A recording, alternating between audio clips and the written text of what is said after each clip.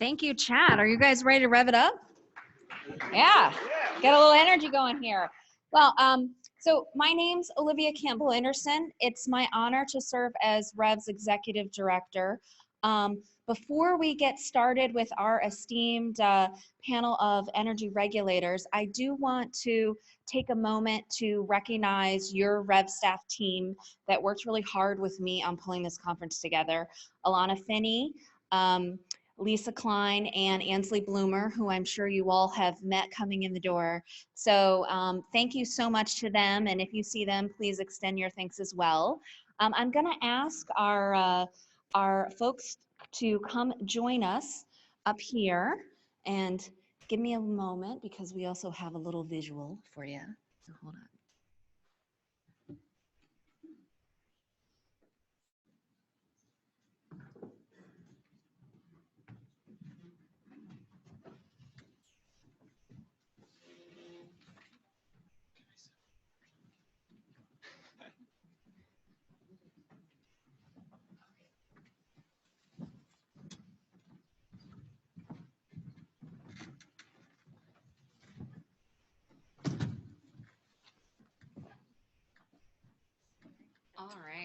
All right, can you guys hear us out there? We good?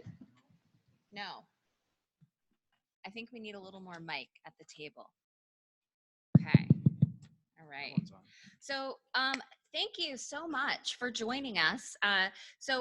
Here we've got with us today Commission Chairwoman from the Connecticut Public Utilities Regulatory Authority, otherwise known as PURA, Marissa Gillette.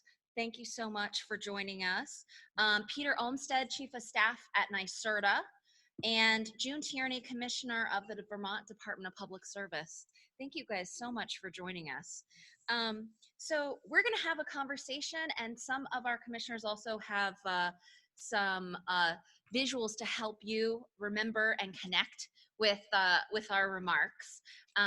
So why don't we kick it off? Each of your states has had such strong commitments in cutting climate pollution through increasing renewable energy efficiency. New York's pushing 100% and is now, in rivalry with California to show climate leadership, which we love. Connecticut is the governor's planning for zero carbon, issuing an executive order recently, and Vermont's working for many years on every source: electricity, heating, and transportation. What action do you guys think has been most impactful to make progress in your state so far? Any particular order? No, I'll jump in. Guess first. Thank you very much, Commissioner. And so I'm not a commissioner, but thank you for the promotion. But this is my third perch in New York State government, and I started with the Public Service Commission. So have had a few different vantage points in terms of our agenda on clean energy in New York State. But just for starters, thank you, Olivia, for inviting me. It's great to come across the border and see the great state of Vermont. It looks to be a lovely group here in the room. So great to see the crowd this morning. So to answer your question, I think what have we done? What action has been most impactful for our state, for New York State?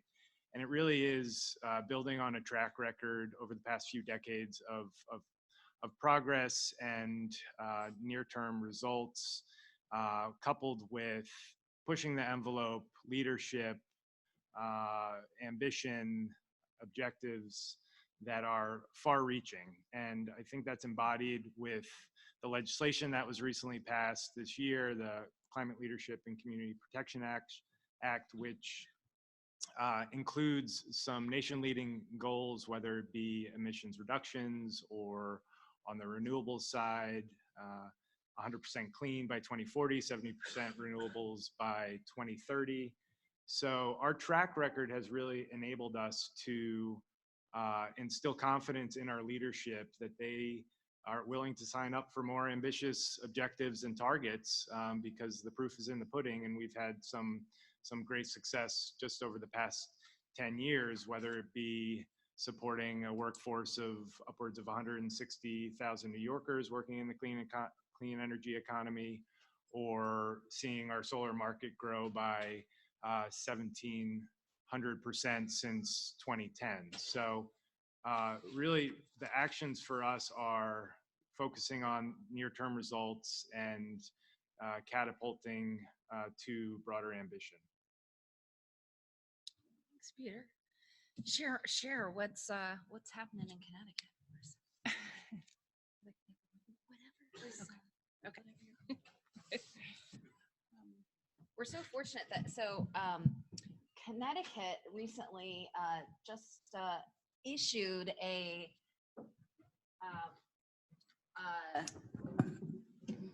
really a landmark order on grid modernization, and I know that Marissa's leading that charge, and Commissioner, sorry, and is going to share some more with us about that too. I have 3-year-old twins, so I answer to about anything these days. Although my daughter did recently tell me that I wasn't her boss. So I am happy to go to work each day to be someone's boss. I'm fairly new to Connecticut. I was a recent recruit. I came from the Maryland Public Service Commission and then the Energy Storage Association. So I slowly found my way to New England. Starting in April. So I don't have a lot of context about how Connecticut has gotten to where it is today, but I can talk to you about where I'm hoping to take it in the future. As Olivia mentioned, Governor Lamont recently signed Executive Order 3. 2 of his first 3 executive orders since taking office have been focused on the environment. So I think that's a bellwether of what is to come. And so PURA, which is Connecticut's version of its Public Service Commission, is taking its cues from there and looking to get into the grid modernization game. Perhaps a few years later than other states, but we're here now. So last Wednesday, we issued our grid modernization order, and we have dubbed it Equitable Modern Grid Framework. What the Equitable Modern Grid Framework is, and what I'm hoping to impart on you. I know New England is a small, tight community, and I was anxious to come here and meet some of you all because I know that the stakeholders in this room likely are similar stakeholders throughout the New England region.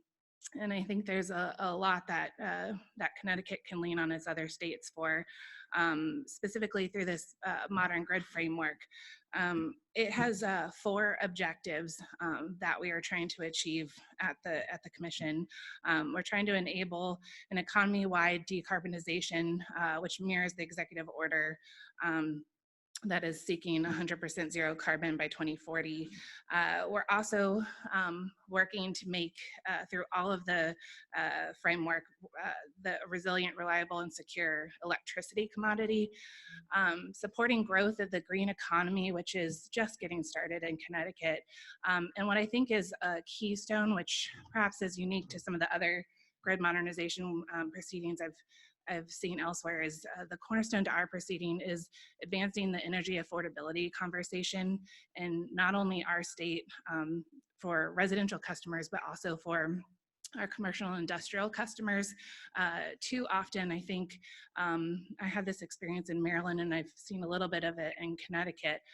People think that advancing the dialogue around the environment is mutually exclusive with advancing the conversation around economic growth, and making affordability a cornerstone of our grid modernization framework is attempting to level set that playing field and let folks know, provide some business certainty about where we're going. While affordability doesn't necessarily mean cheap, it does mean affordable, and it means affordable in the context of meeting people where they are. So what we're doing to achieve those 4 objectives is moving to pursue 11 different pathways that we think are central to achieving a modern grid, equitable modern grid. We're doing it in phases. The first phase is the most ambitious. It has 6 of the 11 pathways in it. those 6 pathways are up on the screen. As I mentioned, affordability, AMI, storage, zero emission vehicles, innovation pilots, and interconnection standards. So from our perspective, those 6 topics are key before we can move into the other 5, which include things like building blocks for resource adequacy, and revisiting the entire state's distributed energy resource policy. So within each of those 6 topics, if you want to read my 25-page lovingly referred to manifesto, I can get you a copy later. The commission took a step back and identified within each of those 11 pathways some opportunities, otherwise known as problem statements, and some potential solutions or paths forward to realize those objectives. We're trying to internalize the externalities that have been identified both by our legislature and our governor and the stakeholders. And commissions are frequently relegated to being the economic regulators who are looking strictly at things through a rates lens, where the rates should only take into account the cost of delivering the electricity, the poles and wires. And I think that's a missed opportunity, and it's one that we're trying to correct for in Connecticut through this grid.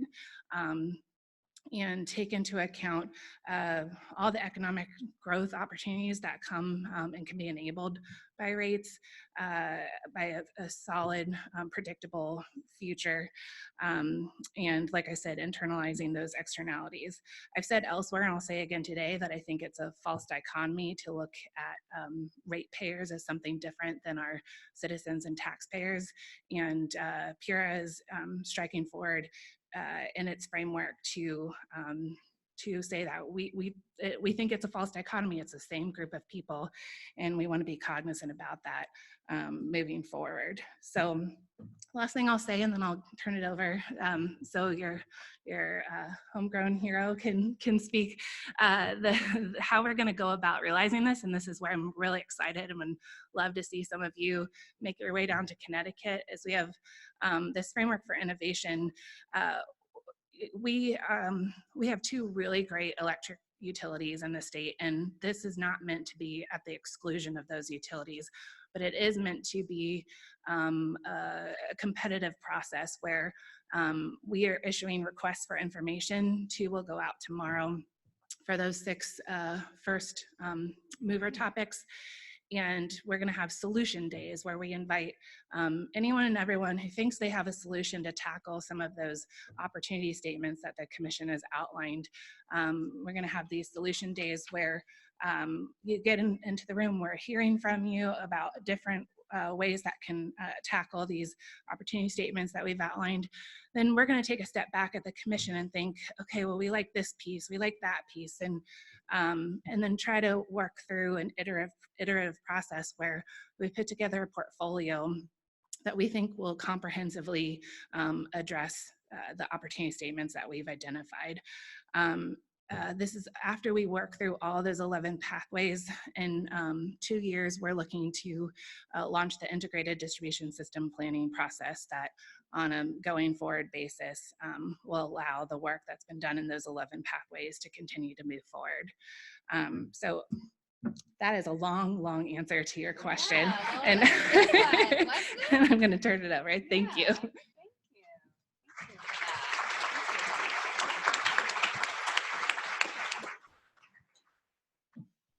Well, so June, what do you think? I think I've been promoted too. I'm a hero now. And Marissa, I have to say, I've never yet been called a hero in my career in public utility regulations, so thank you. When I'm done here, Marissa assures me there are openings in Connecticut, so I have a place to land after I get done telling you things I'm going to tell you today. In any case, I too am going to have a rather lengthy answer, and Olivia, I think my visuals will come later in the presentation, not now. Okay. I gave some thought to the way you phrased the question, Olivia, which was what has been most impactful. And in order to arrive at an assessment of what I consider to be most impactful, I first had to look at things that have had impacts. And over the 20 years that I have been engaged in energy and telecommunications regulation in Vermont, whether as an attorney at the department or as general counsel and hearing officer at the PUC, and now the commissioner at the department, it seems to me that one of the huge game changers in Vermont has been media coverage of renewable energy issues.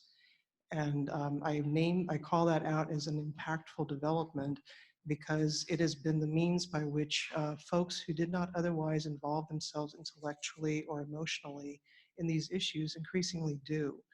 And I can assure you from where I've sat in the last 20 years, I have followed this development, especially as we've grown our online presence in journalism.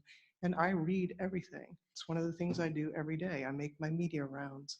So I see not only how these issues are being covered, but also how folks are commenting on them. And in turn, I also have dialogue with people at public events that I go to about things that they have read and things that they think about renewable energy, and perhaps most importantly, what they feel about it, and specifically about climate change, and as Chad put it, the crisis, more about that later. So that's one very impactful development. Another very impactful development, I'm not going to name them all, has been our legislative involvement. And in my opinion, the legislature has changed